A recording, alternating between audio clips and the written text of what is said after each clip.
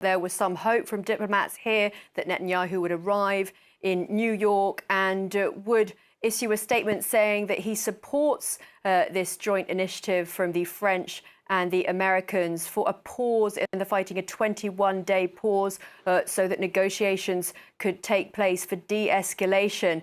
But no, he arrived here at JFK in the rain and told reporters that's not at all what he's doing. He's issued orders for Israeli operations to continue at full force. So really, it looks like we're not in good shape when it comes to brokering a ceasefire. That said, the Israelis have said that they would prefer to pursue diplomacy, and so efforts on that will continue.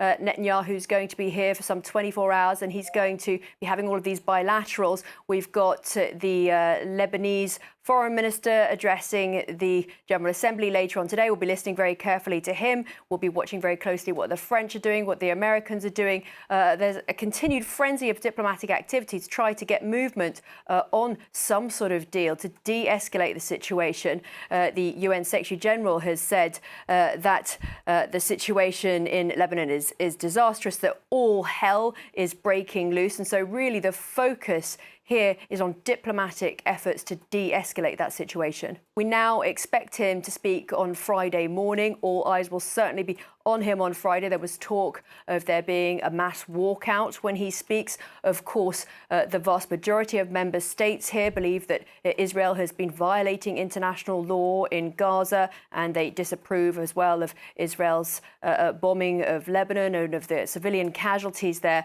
So we are going to definitely hear some strong words from Netanyahu when he gets up on that podium. He is not a fan of the United Nations, it's safe to say. He was actually the ambassador back here in the 80s. And back then there was even a resolution here that equated Zionism with racism. He remembers that well. He has reportedly not actually even spoken to the Secretary General since the October 7th attacks, refusing to pick up the phone to him. Really, he has been extremely critical of this institution because he believes that he believes it's come down very hard on Israel.